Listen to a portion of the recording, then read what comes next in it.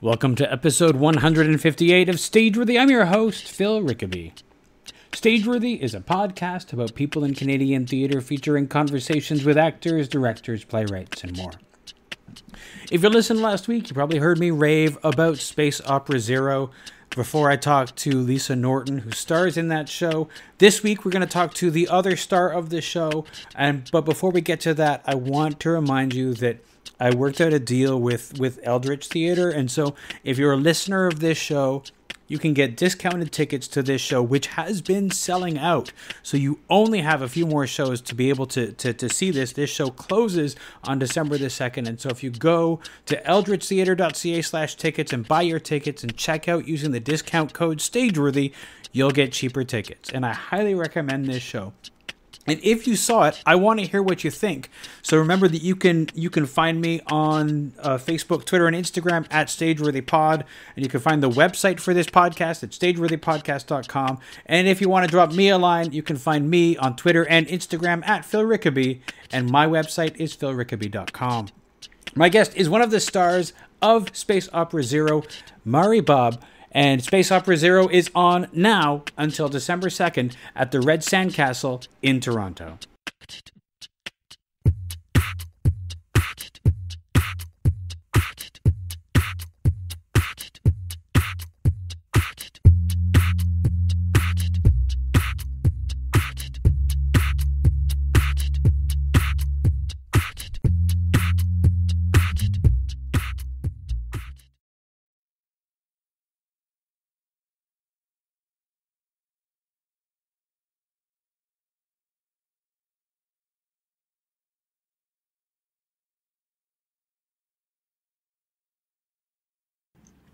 Have you guys started rehearsals for Space Opera Zero?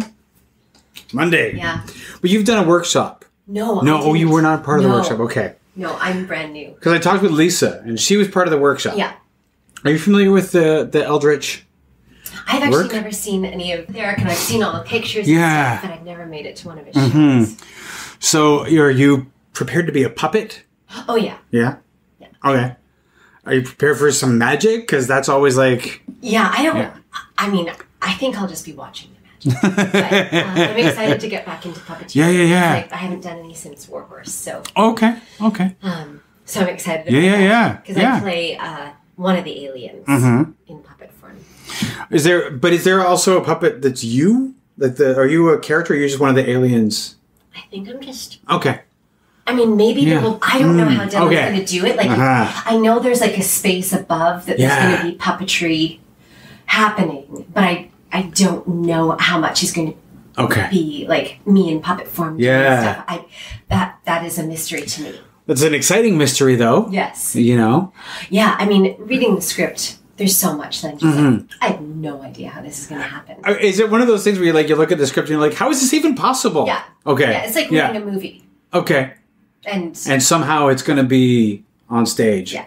In a space the size of this apartment. I mean, I think, is it the Red Sandcastle? So it's about the length of this apartment. Yeah. And the stage is really shallow, which is really intimate if you're not used to it. Well, they're doing it long ways. Okay. So, you'll come in and the seats will be right at the door. Okay, yeah. And then the stage at the back, I guess. As opposed to the stage along the side, which I think is... Yeah, that's usual because... Yeah, that could be really... I know people who've been like, oh, I'll go into that space and it'll be so, the audience will be at distance. And I'm like, you've never seen that space before. There's no separation. Yeah, no. You're sitting in somebody's lap practically. Yeah. It's a really intimate space, which is great. Yeah. So, you mentioned Warhorse. And did you do Warhorse for the entire run? Yeah, I did. I started it in Toronto in December of 2011, and then we closed in January of 2013, and then about a month later, I joined the U.S. tour, and then toured with it until September of 2014, I guess. Well, I mean, even having a show that runs for over a year is a rare thing in this city now. Yeah. It used to be, I mean, in the when we had the quote unquote glory days when it was like Les Mis that ran forever and Phantom that ran forever. That was like you would expect that sort of thing, but that hasn't happened. No, I mean, I guess Come From Away is the one that's... It's the closest, I think, that's... Yeah. I mean, it's going to run for a while. Yeah. You know, I think before that, Kinky Boots was the longest sit-down that I can remember. Yeah. It was a thing that we don't get to do much. No, I know. Well, part of it is, you know, labor costs. Mm-hmm, mm-hmm. That sort of thing. And our show is very expensive because of all the puppetry maintenance and everything that had to happen inside of the show. Yeah. That was a lot of, like, extra calls for the crew and that sort of thing. I can imagine. Like, lots of like, I don't know, like emergency triage of puppets and things. Yeah, we didn't have too many accidents in Toronto because the puppets were fairly new. But once we got further on into the tour, the US tour, like, you know, we had to stop the show 2 or 3 times for Joey just having a blowout. Yeah. Because they would try to go as far as they could, and then eventually it would just be like, no, we gotta get this puppet off the stage. Oh my God, yeah. Oh. That's, I mean, again, that's like live theater. Yeah. Shit'll happen sometimes, you know. And especially on tour when we were going through lots of different climates, because the bamboo would constantly be, you know, expanding and and then it would just get on stage and just shatter. Oh my God! Yeah. Oh, horrifying. That's the kind of thing they don't really prepare you for in theater school, is it? You know, no. When your puppet shatters, what do you do? You know. Yeah. Did you guys have a plan? Like, did anybody say, like, so, if the puppet breaks, we will do this? Or did you just have to figure it out? Yeah, you just had to figure it out. And, you know, the main goal was to get through the scene until you could get off the stage. Like, finish the scene and, you know, mask whatever damage as well as you can. Yeah. Then, you know, there was just some times where I was like, no. And the thing is, you can't really talk. You're not allowed to talk in the puppet. Right. No, of course. And so communicating is very difficult because you're also on mic. Oh, of course, all the breaths. Yes. And everything. And so unless you're making a horse noise, you can't do anything. Yeah. Oh, okay. Well, just want to get the pronunciation of your name correctly. Mairi Babb. Okay, because I was going to say Mary. I was going to say it wrong. So thank you for the correction. No problem. So you've done like Stratford? Have you done, like, what's your trajectory been? What did you do before Warhorse? I grew up in Victoria. Went to UVic and then did a show at Bard on the Beach, or a couple of shows, like a season. And then ended up getting a job in Winnipeg from that. And lived in Winnipeg for about 9 years. And then my husband and I moved out in 2009. And I've done a few shows out here, like Drayton, and that sort of thing. And then I did Rocky Horror at Can Stage in 2007. Oh, fuck, I saw that. I was Janet. There we go. And then I did Charlottetown. And so I was living here, but not a lot in the city, just kind of all over. And going back to Winnipeg to still do shows at TC and that sort of thing. And then got Warhorse. And then since I finished that, I've been in the city. Mostly working like a little bit at Drayton, up in Orangeville. I just finished a show at Theatre Aquarius, Spider's Web by Agatha Christie, which was a lot of fun. And I auditioned for Sean Stratford, but never quite got through the door. I have to talk about Rocky Horror for a second because I do have to, like, for one thing, there's so many things about that show that make it difficult. Yeah. First off, anybody who's seen the movie, nobody sees the movie once, they see the movie a million times, which makes it difficult to make any of those roles your own. Yeah. For one thing, I thought that Adam Brazier did like the impossible and made Frankenfurter truly unique and his own. Yeah. Now, I spoke to him and he was like, I'm built like a hockey player. I can't do that, which was great. I thought that everybody did a great job, considering that it's like one of the only shows where we still have a little bit of Shakespearean audience participation going on. Yeah. What is that like to do that show with like audience members shouting things? For the most part, it's tons of fun and it's really electric, and you feel like you're all in it together. But opening was really tough. Opening was a really tough night for us because there had been a bunch of those Rocky Horror people from, I guess, Bloor West was that they'd do it all the time. And so they'd come to preview, and we'd had this really amazing preview. And then the theater invited them all to come back on opening. And it had a different vibe. Yeah. Like, they felt empowered in a way. And it, like, when they came on preview, it was a cooperative adventure. And they took ownership of opening. And that was a tough show. We were all just like, because we couldn't get into a rhythm because they were so into it. And kind of competing with us. And so it was really, that was a rough one. But on the whole, we loved it. And, you know, you'd hear different things all the time. And it forced you to be alive in a different way. Because, you know, in a comedy, you're always listening to the audience. But, you know, in a musical, you're not usually... you're not aware of the audience in the same way. I found it interesting watching the show. Now, I'd seen it live a few times. I saw it years ago at Bathurst Street Theatre with Juan Kioran as Frankenfurter. And was that the one that Charlotte Moore... I don't remember. Okay. To be honest, I only remember him. I only remember him because, you know, Juan Kioran. But I've seen it a few times. There was like a junior production that did it, and then Hart House did it, and then Can Stage did it. And the one at Can Stage was the only time I've ever seen it with people who are regular theater goers and people who were Rocky Horror theater goers, and that is an unusual mix. It really is. Especially, well, I mean, I didn't get to the Stratford one this summer because I was out of town, and then I was doing my Hamilton show, but I mean, that's even more extreme. Oh my goodness, yes. Stage. Yes. So I would have loved to experience that and the dichotomy there. Yeah, that'd be really, really interesting. I hear the one in Stratford is just fabulous. I didn't get out to see it either, but no, absolutely. But it's a weird tension because as performers, you are aware of what's happening out there, and you know that there's people who are like, I don't understand what's happening right now, and I'm just trying to follow this story, which is, you know, it's a bit weird. It's a weird story. Yes. If you're looking for a narrative, then if you came to the show looking for narrative, then you came to the show for the wrong reason. And then the people who are trying to be a part of it, but like just don't know all the rules. Oh, of course, yeah.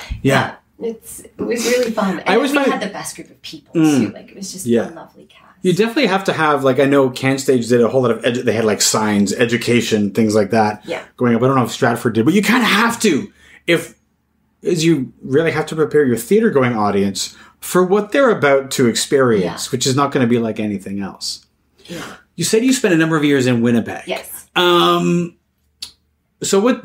you went to Winnipeg for a gig. What kept you there? The gigs. The gigs, yeah. Working at MTC you just get so spoiled. You know, it's not just the resources that they have, but,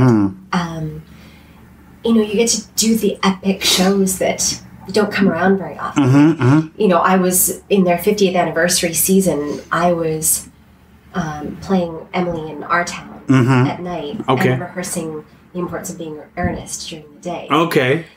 Yeah. That's a pretty special opportunity. Yeah. And you know, then you get to do a show like Rocky Horror.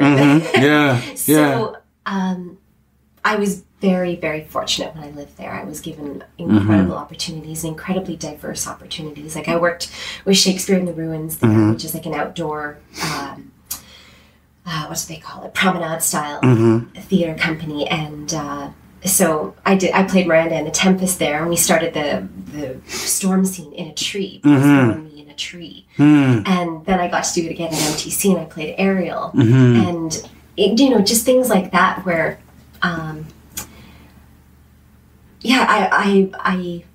made the most of my time in Winnipeg. Yeah. And, you know, working at PTE and Rainbow, like getting to do massive musicals for 2,500 people. Yeah. And then just sort of felt like, not that I'd done it all, but like I needed to be challenged a little bit more and work with new people and meet new people. And so came out here to just learn a bit more. I guess, I mean, the theater world in Winnipeg is a bit smaller than here. Oh, for sure. And more tight-knit. Although the Fringe is fucking huge. Yeah. And it's Fringe. I performed on the MTC stage at a Fringe festival. When they put the seats on the stage? No. They had, in the main space, they had blocked off most of this. So we had about 300 seats available in that theater. And performed on this massive stage. It was the biggest stage we performed on in our tour. And it was so now we have to try to fill 300 seats rather than 100 seats, which is, Fringe. It's tough, but great space we loved the crew there. We loved that whole space. Yeah. So, yeah. I miss it a lot. Just so many great friends that I don't get to see nearly as much. Of course. Now. So what was the biggest shock from coming from Winnipeg to Toronto? Well, I think it helped that I did have friends that lived out here from working at Drayton and coming out and spending summers here. I think, coming out here without knowing anyone would be completely overwhelming. Do you mean in terms of the theater world or just the world? Anything. Let's talk about Toronto as a whole here. Whatever you want to talk about. I love that I can take the subway in this city. That was one of the things I found really challenging in Winnipeg was just getting around without a car. Yeah. I have a car, but you don't want to take it all the time. No. And we lived sort of towards the south of the city, and just public transit there was so hard. So getting here and being I can take a subway until 1 o'clock in the morning. Yeah. And that feeling of safety because there's always people around. Yes. Yeah. Yeah. That was something that I really enjoyed. I always felt invigorated by. And in terms of theater, just how many people are at the auditions and how on it everyone is in terms of preparation. It's definitely people fight harder here. Is that because it was in Winnipeg? There's a little bit more comfort because of the smaller community, or I think that's part of it. And a lot of times you're auditioning for directors that you've worked with 1,000 times. Of course, So they know what you can do, and they're willing to sit down and chat with you and just be like, okay, well, just do half of the scene. We'll just see how it goes. Yeah. But here, I feel like you're constantly proving yourself. Oh, sure. And hopefully bettering yourself. And not to say that the community in Winnipeg is apathetic or anything, and I haven't been there for a while, and so I think a lot of things are changing with new blood coming and going, but there's just a different degree of competitiveness here. Well, sure. Absolutely. Anytime you go to different sizes of cities and different theater communities, it's always going to change. Yeah. So what... Just to go back a little further than Victoria, or back further than Winnipeg. Yeah. Growing up in Victoria, what is it that made you fall in love with theater? What is it that made you want to do theater? I'd done theater in my church when I was really young. My mom had directed a couple of shows, and I enjoyed it. But I was very serious about my studies. It's going to be a lawyer. And then then in grade 9, my high school drama teacher, Colin Skinner, cast me. I don't even remember auditioning, but I guess I must have. But he cast me as Sandy in Grease, which I think is, the way a lot of young women stumble into theater. Oh, sure, yeah. Grease, I think, is a gateway drug for many theater people. Absolutely. Yeah. And so that was my first experience on a big stage, and there's this beautiful theater downtown Victoria called McPherson. It's one of the old vaudeville houses, and we would do our school shows in this beautiful theater with this orchestra, and our school orchestra kind of thing. And that was the first time that I was like, oh, what about this? This is way more fun. So until Greece ruined you, Yeah. you were thinking of being a lawyer. What is it that was drawing you to law? Did somebody tell you that you can make a lot of money there, or was it like, what was it that made you? I think my dad is a lawyer. Okay. So that was probably part of it. I've always loved language and debate and rhetoric and that kind of thing. And I was thinking I've been good at languages from, when I was growing up. And so I was like, I could do something in international law. Yeah. And I like being smart. And I thought that being a lawyer would show that I was smart. Okay. Was it difficult to make the transition from being I'm going to be a lawyer person to I'm going to be an actor person? No, because I think I straddled the fence for, the rest of high school. I started singing. I was pursuing a more classical singing career. Not career, but taking like classical voice and applying to schools in England and that sort of thing. And then that felt really lonely. And I was still doing plays. And so it was just a gradual sort of move over to theater. And like in my grade 12 year, not really having a definite plan and not being able to say, I'm going off to this school. Because I went to a private school in Victoria where it's the kind of place that they announce where you're going. Oh, as you're, this person has been accepted by these schools. Oh, really? Okay. Yeah. And so just to be walking across that stage, like knowing that I was a very good student and I could have gone to a lot of different schools, to say, Mairi will be taking a year off to pursue artistic studies, Okay. Yeah. And to tell my dad that I wasn't going to go into law. That was, my mom was always super supportive. Was that a difficult conversation to have with your dad? Yeah.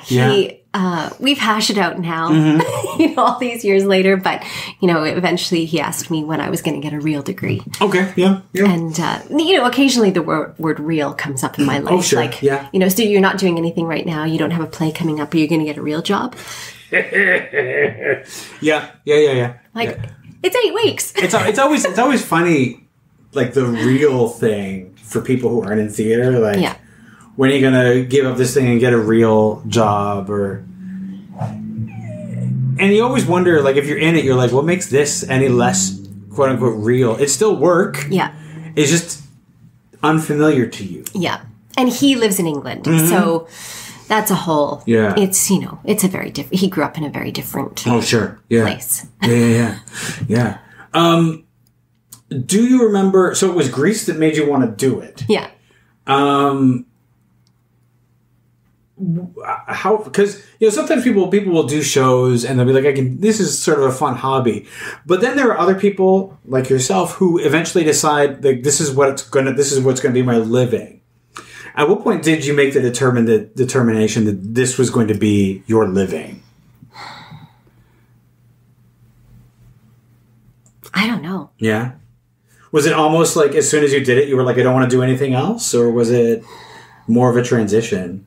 Yeah, I don't know that I ever made the decision consciously, like, now I am a theater artist. I think I was sort of keeping my options open in school. And then I had some friends who went to UVic in the theater department there. And I was like, well, I could do that for a bit. And it's a degree, so if I then decided to go on and do something else, at least I would have like a BFA to start. Yes. Yeah. And then the more I focused on it and I started to get paid to do it. I was like, I guess this is what I do now. Yeah. So now that you've been in a few places, you've worked on the West Coast. Yep. You've worked in the prairies. Yep. And Ontario, and you've done stuff all over. You've toured the U.S.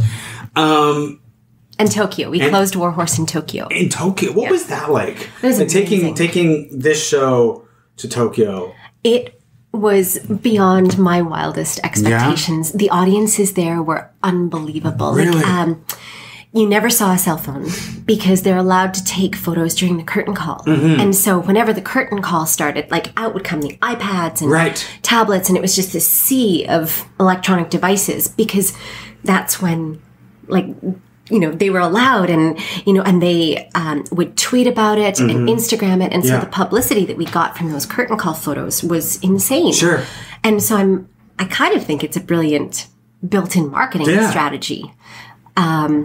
But the audiences were so appreciative. And so we had these like vertical titles as translations because, of course, the writing is vertical. So on each side of the stage, we had side titles, I guess. And the audiences, we did mostly matinees. It was mostly women in the audience. Like the opening night party was a sea of men. And then all of our audiences were, I would say, probably 90% female. And they knew the show. Like there was one show we came out, and I loved doing Warhorse for the like 700 and whatever shows I did it. I just loved it every time. And, you know, we would come out, the panels would fly out for our final Only Remembered, and the whole ensemble would come out and sing. And there was a woman in the front row singing along with us, and I just started bawling. And it, like, I was just so moved. Like, she was just so into it and just wanted to be a part of it with us. And then the other thing that was remarkable was we were there in August, so it's like 90% humidity. Yes, yeah. And so hot. And so everyone has these dabbers because you walk around just sweating the whole time. Yeah. And you look out, you know, when you got your little moments to look out, and so many people just hiding behind their dabbers, just holding them like this because they're just weeping. And it, you know, mostly white in this dark sea, and just people weeping. And and they would wait at the stage door and bring gifts for us. And like the girl who played Emily, someone made a doll that looked exactly like her. And they love to wave, so we would just be waving all the curtain calls. At our final show, we would applaud all the horse teams as they did their final rotation, so their final Joey, their final Top Thorn. So we got backstage and we're changing, and we, you know, we're applauding the final Joey team, and the audience heard that we were still backstage, and they started screaming and yelling, and they wouldn't go. So we ran back out there in like various stages of undress in our robes and stuff, just like holding each other and crying and waving, and like puppeteers jumped in the audience, were hugging people, and it was unbelievable. And the dressers were incredible. And that was fascinating too, because a lot of them didn't speak much English. But the beautiful customs there about whenever you get to the theater, no matter what time of day, you say good morning, because that's the start of your workday. And at the end of the day, you say otsukaresama deshita, which is thank you for your work. And you say it to each other, and just so many beautiful, respectful moments. And the city is just amazing. So you didn't just tour the U.S., you toured all over. Well, we just went to Tokyo for the final month. There was talk of doing China and Thailand and that sort of thing, but it didn't materialize. China decided to do their own like fully Chinese production, which I think would have been amazing to see. Fascinating. So now you're going from that, and we're going to get into a little more intimate space. To do Space Opera Zero. And can you... I mean, we had Lisa on, and she talked a little bit about it, but I'm curious, your description, having not been at the workshop and having only read the script, can you tell me what Space Opera Zero is about? I knew you were going to ask me this, and I even reread it this afternoon so that I could come up with a concise answer, and I don't know. So it's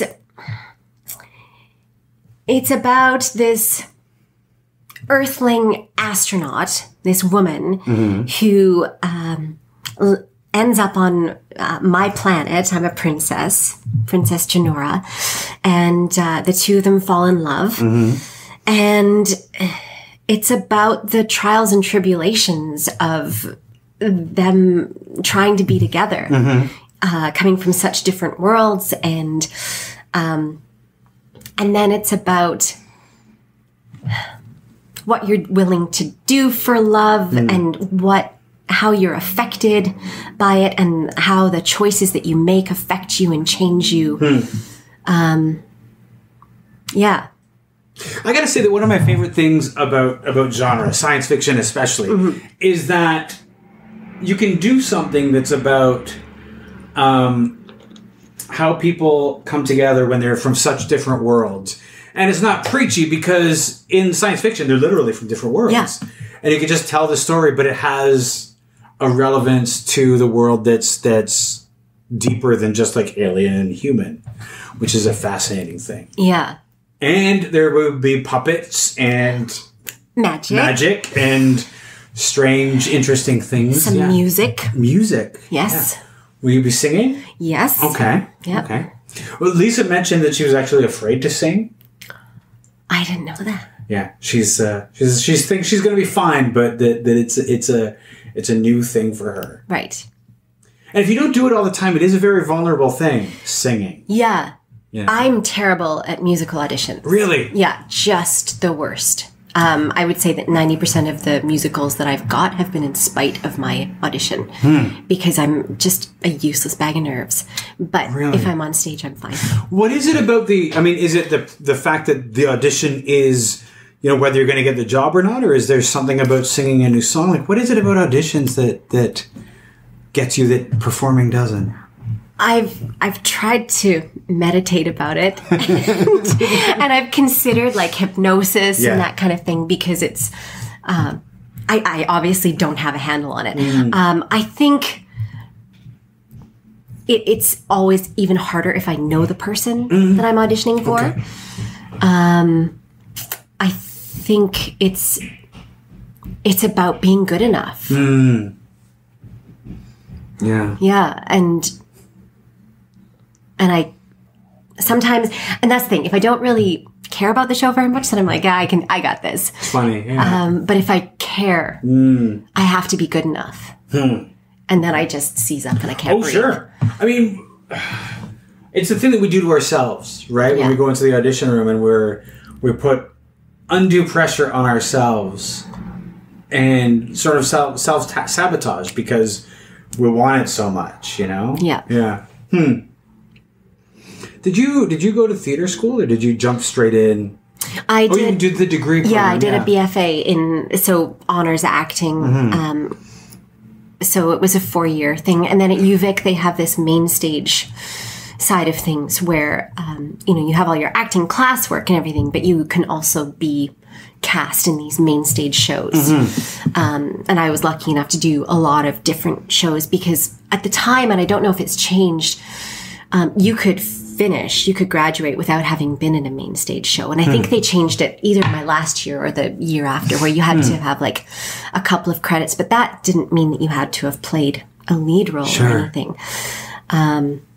But like the facilities at UVic are amazing. Like there's a beautiful pros theater and thrust as well. Which are two different styles of performing, which is important to get under your belt too, because if you only ever worked on a proscenium stage and then you're thrown onto a thrust, it's a difficult thing to figure out. Yeah. Having done that, do you ever walk into a situation where you're the only person who knows how to perform on a thrust? I don't know that I've worked on a real thrust since school. It's been mostly pros stuff. So no, I've never. Okay. Do you feel like if you were thrown onto a thrust, you'd remember? It would all come I think back to you? so. Yeah, because most of the shows I ended up doing were in the thrust theater, and I love it. Like it's one of my favorite ways to work, because you are so in it, but you still have the safety of like one wall that you don't have to keep happy all the time. Were there particular kinds of shows that they did on the thrust, or was it just like hit and miss, whichever? Yeah, it was really varied. We did a Noel Coward on the thrust, but also more contemporary things. Like we did Shakespeare on the Thrust, which was perfect and great. But what else did we do? Oh, we did like Norm Foster's The Melville Boys. On a Thrust, okay. Yeah. Wow. Yeah. That's awesome. Yeah. Did you, in theater school, did you get the opportunity to, aside from the Melville Boys, work on a lot of Canadian stuff? Or is it, because I find generally in a lot of theater schools, you don't work on a lot of Canadian stuff. Yeah.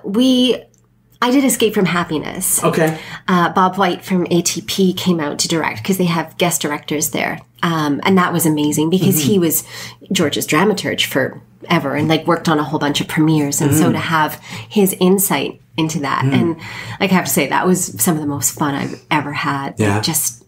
I loved that show so much. And, like knowing that my mom was going to come, my mom and grandma were going to come and I was going to say fuck like 7 times. Was that a source of anxiety or a secret joy? No, it was total secret joy. Yeah. And I would destroy a pot at the same time. Oh, yes, so, yes. Yeah. Like all of my pent-up rage, they got a glimpse at the other side of me that they didn't get to see very much. That's always fun, the things that you get to do on stage in front of your parents that you would never do. Yeah. Yeah.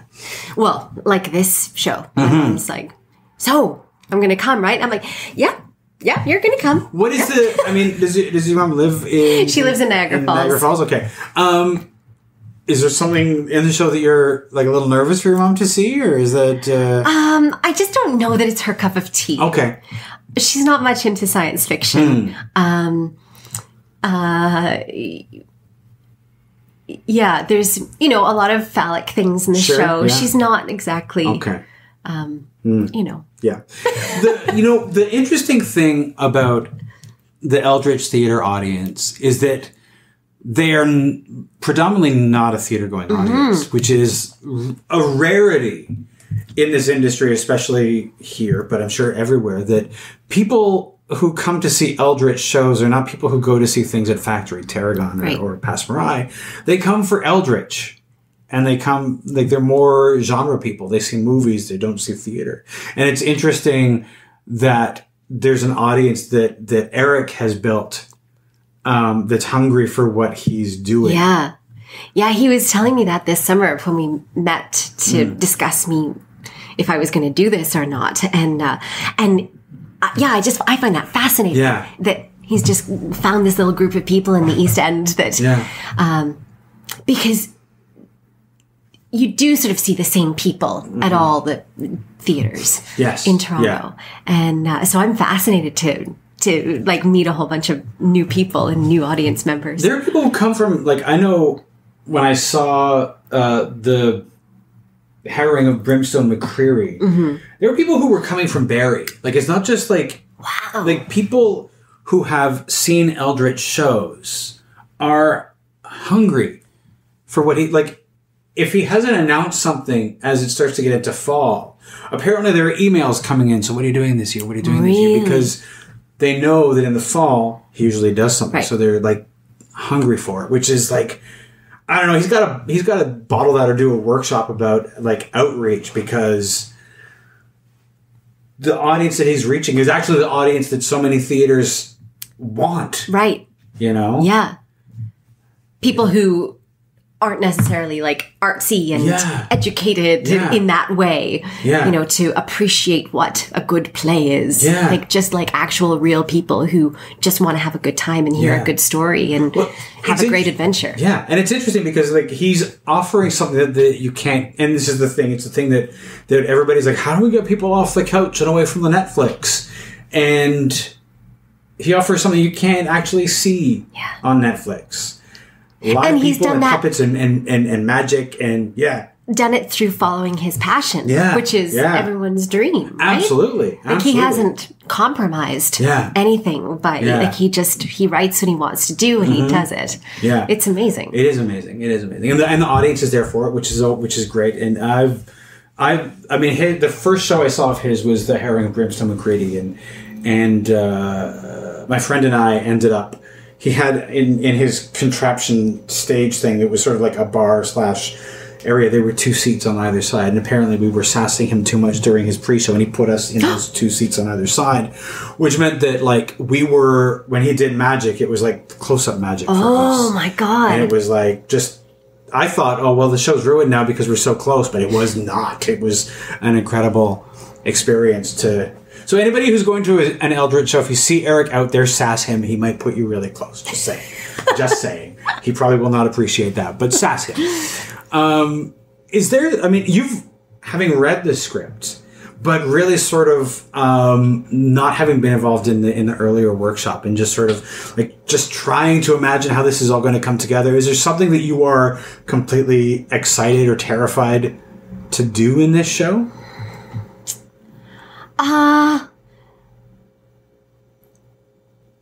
The whole thing just seems like magic to me. Like I honestly, I'm excited to do all of it. Like I'm excited to see the spaceship crash. I'm excited to see the ray guns. Yeah. You know, I'm excited to have my head spin around and like all these things that I'm just like, I have no idea how any of this is going to happen. And it's, I've talked to Dylan, our director, a few times about, you know, the things that he wants to go for in the story. Like he wants it to be really anchored and honest and committed. So we've had like those kind of actor-director kind of conversations. But even talking to Dylan, he's like, yeah, most of my discovery of like what the design is through following Mel on our Instagram. Like, you know, I'll ask questions and then, you know, the best way to see it is just on Instagram. And so I think it's going to be really collaborative and I just think the whole thing is going to be magic. Yeah, absolutely. I mean, it's the design elements in an Eldritch show are always pretty fascinating, and because suddenly there are these puppets that just sort of appear, and you don't know what they are, and like you said, there's a lot of phallic things in there, and and there's monsters and aliens and spaceships, and which is like to do genre like that in live theater is a pretty rare thing. So because usually it's just the small living room stories that we really obsess over. I'm kind of tired of living rooms, you know. I walk into a theater and there's like a couch and a thing and I'm like, oh, for fuck's sake. You know, it's rare that I see that and then I walk out going like, that was a show that I've never seen before. Right. It's happened once or twice, but like, you know, to walk in and not know what's going to happen or not know where it's set is like a gift. Yeah. So you're excited for all that. What scares you about it?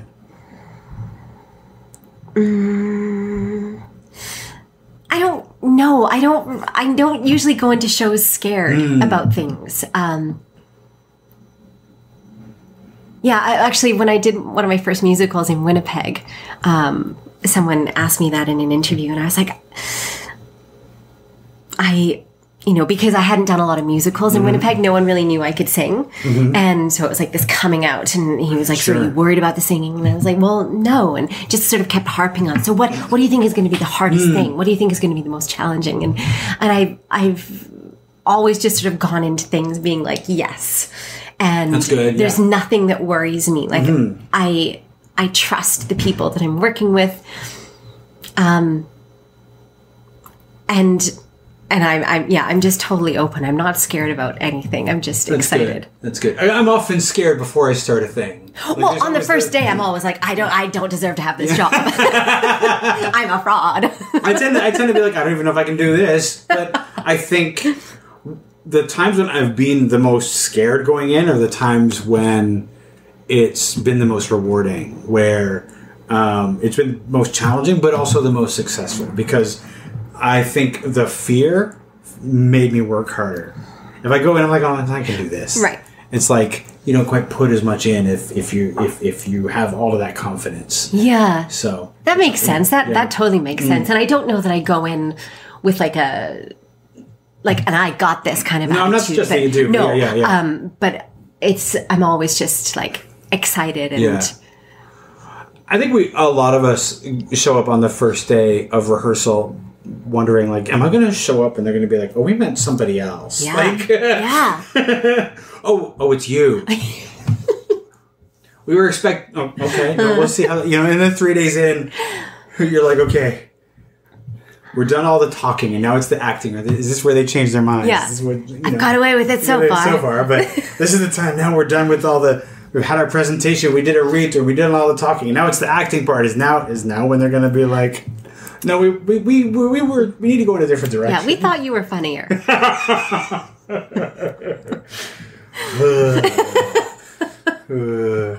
Which is like the last thing that you ever want to hear. Yeah.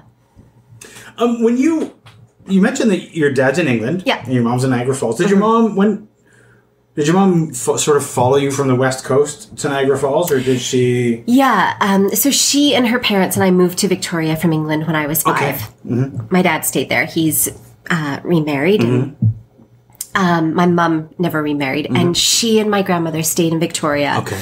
And she said she would never come to Winnipeg. Oh, yeah? Yeah, just the winters. She just, she came to visit a few times in winter because that's when you tend to do theater. Mm-hmm. And it was just not for her. And I totally Well, if you were used to a BC winter, going to a Winnipeg winter is a bit of a shock. Yeah. Yeah. I never got used to it. No. Ever. No. Huh. It was always just like, I remember, like, it would snow on Easter, and I would just, like, go back to bed and cry. So that's one of the things I love about here is, like, Matt, my husband, like, he has trouble with the gray here because it's always sunny in Winnipeg in the winter. Sure, yeah. But for me, being a coastal girl, I don't mind the gray. Yeah. I just can't be that cold. So my mom said no, never moving to Winnipeg. And then when we moved out here, about a year after, she said, would you mind if I moved? And I was like, oh, please. Because, it's so expensive to fly within Canada. Sure. And Yeah. being an only child, worrying about her being so far away and living on her own after my grandmother passed away. And, she has friends and everything, but it's certainly a lot better to have her closer. Sure. Yeah. And when I work at Lighthouse Theatre, which is in Port Dover, they do a tour to Showboat, which is Port Colborne. Okay. And so in the summer, I usually end up living with her for a couple of weeks. Well, that's nice. Which That's is always great. Yeah. So your mom was your mother unwilling to do the Toronto thing, or is Niagara Falls more her speed? Or? I don't think she wanted to live in such a big city. Okay. We lived sort of outside of Victoria in the country. And I think coming to visit me in the city more and more, she's like, oh, I think I could have lived here. But like she bought a house in Niagara Falls for $150,000. Yeah. So, it's a bit different. Yes, yeah. And she's involved in the arts there and the politics there. So she's very busy. Nice. Well, it's always funny when people come from, I know people, they live in Barrie. And their idea of going to Toronto is they go as far as Yorkdale Mall. And that's as far as... Because they're kind of afraid of Toronto. Right. So Yorkdale, the highways there, quick getaway. Yeah. Is a mall. It's safe. And so, that's as far as they go. But when it's what you don't know, it's a frightening thing. Yeah. And I think she expected it to be a lot less personal. Than it is. Yeah. But when we first moved to Toronto, we lived at Yonge and Wellesley on St. Joseph Street. Sure. And there's tons of actors in the building. Yeah. And, we would know all the people around. Yeah.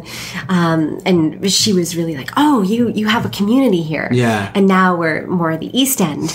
And we live on a wonderful street where we know most of our neighbors. And there's 2 street barbecues a year. Oh, and, yeah. It's even more connected than she's ever been in her adult life. Nice. In smaller towns. Yeah. When you did, we talked briefly about you coming from Winnipeg to Toronto. What did you you went from Victoria to Winnipeg and then coming to Toronto. What did you expect Toronto was going to be? Was there a culture shock for you from Winnipeg to Toronto, or was it...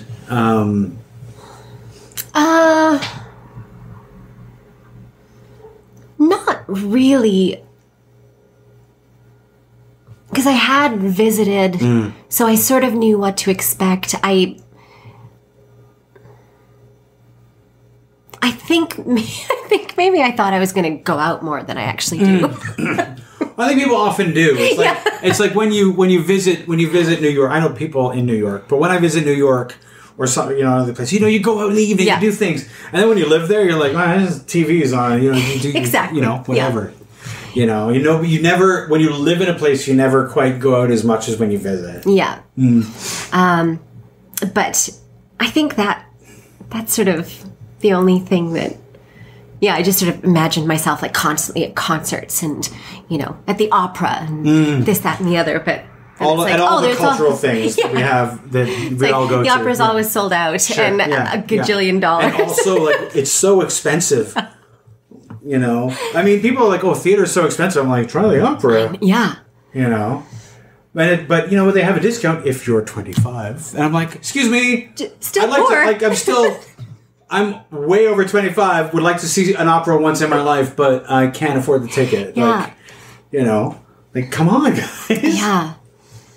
I guess they're sort of like they're trying to draw in. It's sort of like the hip ticks that Tapa does, right? Things like that.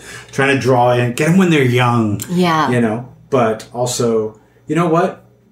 Get them when they're not as young. Also, because we also would like to go and see things. Yeah. Yeah. Do you know what you're doing after Space Opera Zero? Do you have like stuff planned for? The spring, the summer, into I don't have anything until end of May. Okay. When I am directing my first show. Oh, okay. Yeah. So we should talk about that. What are you directing? I'm directing. Do you know Kate Lynch, an actor from the festivals? She's written a play called Early August. Okay. And it premiered at Blythe in 2012. And I'll be directing it at Lighthouse. Nice. Yeah. How do you feel about directing for the first time? It's terrifying. Absolutely terrifying. I just finished working with Marcia Cash on Spider's Web and just spent most of the rehearsal process going, oh, no, she knows what she's doing. I don't know what I'm doing. I'm not prepared for this. Did you ever talk to her about the directing process, or were you? Yeah, a little bit. Yeah, she's so good. And I just have to remember that she's been doing it for 20 years. Well, maybe not that long. Sorry if I made her older than she. So, she's developed a process. I took the Richard Rose directing course at the Tarragon earlier this spring, and that was a great thing to take away. He was like, I'm just going to tell you my process. And it was an incredible couple of weeks, very intense, completely overloaded my brain. But he was like, you will all find your own process. And so I just started some preliminary set design discussions with my designer, which is exciting, but also like I've already had to make a difficult decision that I'm like, I'm going to make it wrong. Oh no. And it's going to affect the entire thing. But, so far I've, I'm hoping to work with people. I have 2 people on board already that, I trust and I adore. And, I just need to find 3 more people who are as open and generous as my 2 initial guinea pigs. Trust is like the biggest part of the theater process, right? And yeah. As a director, to bring on a team, you can't micromanage them, so you have to. There's a lot of trust there. Yeah, they have to trust you. Everybody has to trust each other. It's a giant trust exercise. Yeah, and one bad piece can make it all fall apart. Yeah, not to like put on the pressure. Not to be like careful. Everything will fall apart. Because I'm sure you're doing enough of that yourself. Did you ever was directing something that you thought you always wanted to do, or how did this come your way? I've been sort of an outside eye on other productions, like as a dialect coach or a voice coach. I worked as a Shakespeare text coach with Shakespeare in the Ruins a few times.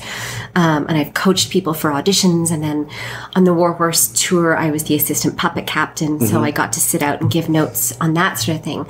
And so doing that, I started to be like, I enjoy this and I enjoy creating moments with people in a way that you don't necessarily get to do as an actor. Yeah.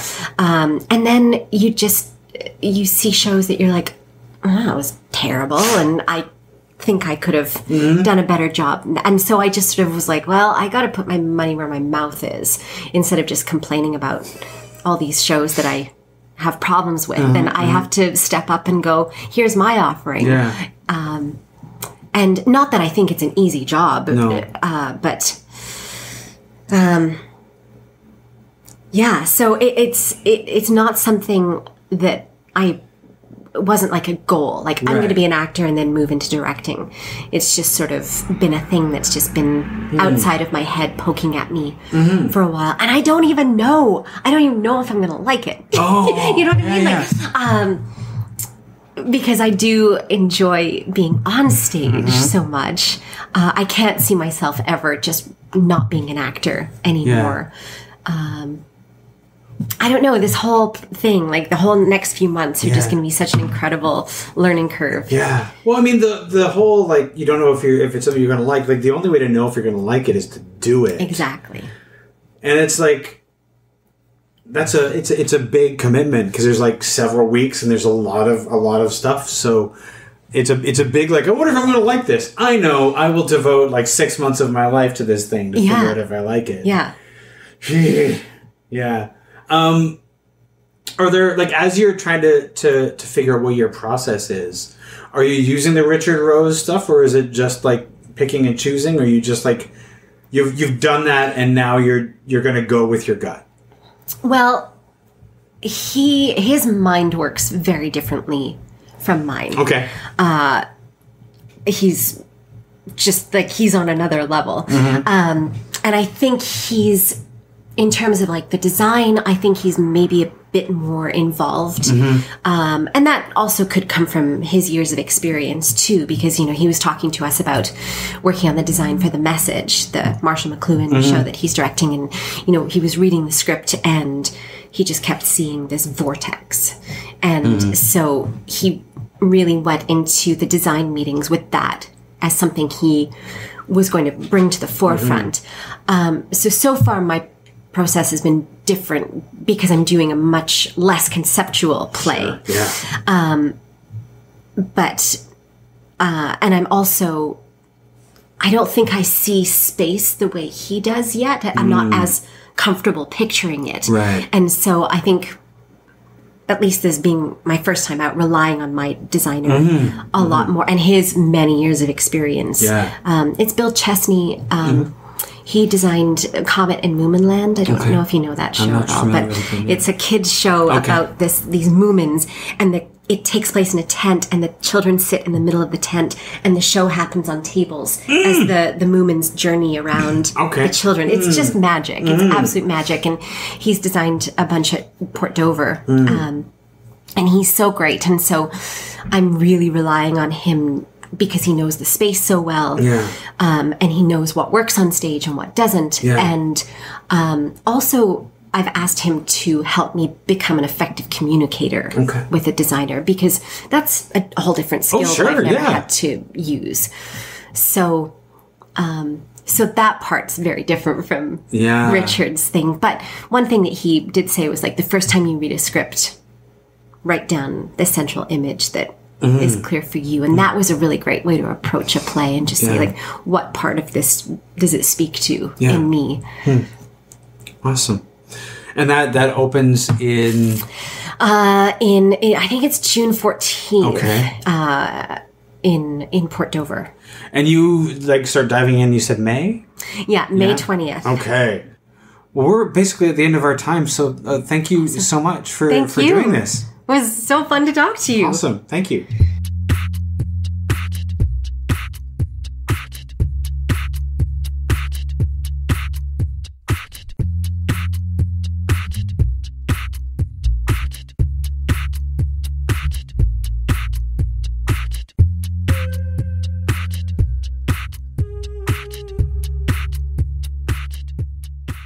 This has been a Homebody Productions production.